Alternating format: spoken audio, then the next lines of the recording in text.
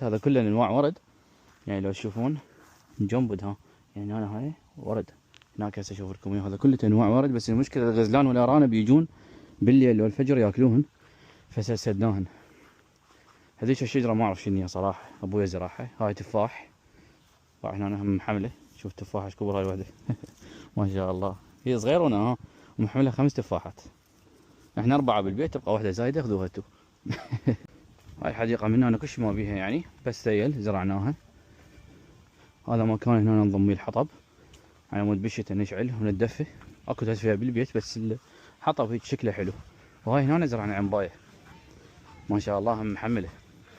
من هنا شوف هي عنبايتين، العنبايه من هنا المسلقه بهاي الصفحه اتوقع عنبايه سوداء، ومن هنا عنبايه خضراء او بالعكس، واحده من الاثنين هاي شوف هنا شلون محمله العنقود. هذا واحد من هاي العنبايه، وواحد من هاي العنبايه. وين العنقود الثاني؟ هذا العنقود الثاني كلش حلو. هاي جبناها قدوته لهنا خلال كم شهر، تقريبا شهرين، شهر ونص، صعدت وصلت لهنا. وهذا انهم صعدين وصلنا لهنا.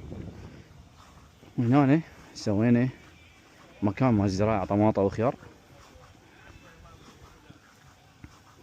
هاي هنا زارعين، هذا كله خيار، هذاك وهذا كله طماطة اتوقع ميتات. هنا ريحان رشاد، هذا من العراق الرشاد، جبناه بذور من العراق.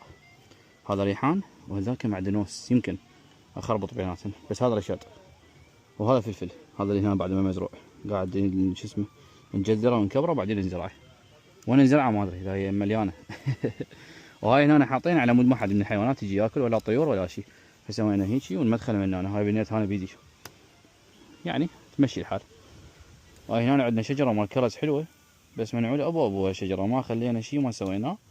وماكو انواع الحشرات تجي عليها، اكو مبينات الحشرات تجي هيك مثل شغلات سود عليها. شوف ياكل الاوراق، ما خلينا شيء ما حطيناه، ما اعرف شلون تعيش وما تحمل نقعنا. هاي شجره مال خوخ، هم بس تطلع اوراق وتكبر، كانت بيها خوخه وماتت من جبناها، بس قامت تكبر يعني جبناها لهنا وصلت لهنا. هذا كله جديد. وهاي هنا عندنا شجره مال كرز حامضه، هاي ما ينكل الكرز مالتها، محمله بس ما ينكل الكرز. شوف باع هم ينشف وبقى هنا لحد ما اكلته الطيور ما اعرف شنو، وما ينكل يعني. هسه اقدر اكله، بس حامضه الى درجه. بعدين ان شاء الله اذا ذيك ماتت نجيبها نطعمها على هاي تطلع حامض حلو ان شاء الله، ونشوف الوضعيه شنو. وهاي الحديقه، مستجدات كل الحديقه.